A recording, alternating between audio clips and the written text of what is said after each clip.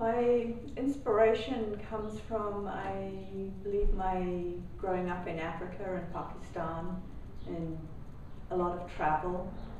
I've always liked African art and Asian art, a lot of textiles. I used to work as a graphic designer and studied as an architect, so the graphicness of the work, I think, comes from that.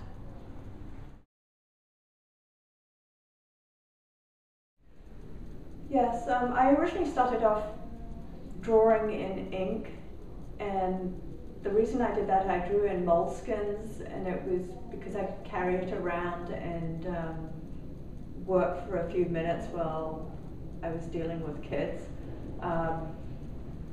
Now, I used to be an abstract painter, and recently I've decided that I wanted to combine the color along with the Beasties. And so for a while I've wanted to do a wood book. So I got my piece of wood and had it chopped up and started working on it. It went through a lot of different phases. And then the thing was how to bind it. So the accordion with it's an accordion book with lots of beading, which actually came through thinking I would do one particular type of binding, which then when I added some text to it, it didn't work, so it got very elaborate, and I rather enjoy working on the wood. It's a nice smooth surface. Canvas doesn't really work for my style.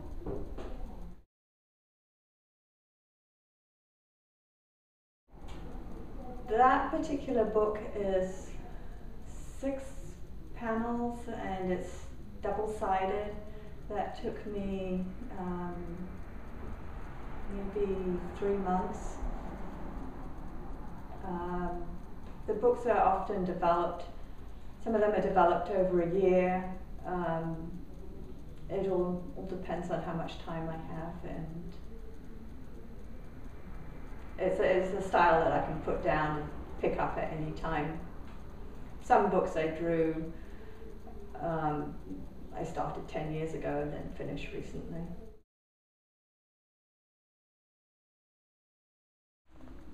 Well, I got invited to do a mail art piece, which has, I think, just over 200 artists in it. It's in London. So I was quite excited to be able to exhibit in the homeland. And that's going to be a show at the end of July, beginning of August, and then it's going to be in a book that's going to be available on Amazon. And there are a lot of very talented illustrators and artists in that show. And what about the Larkcraft 500? The Larkcraft 500, last year was the first year that they did it. They put out a call to book artists, and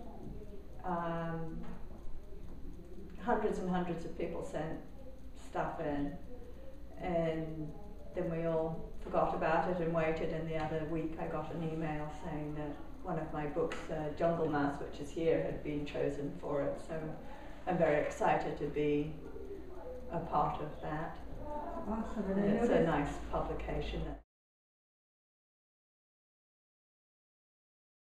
Yes, I will have a range of t-shirts.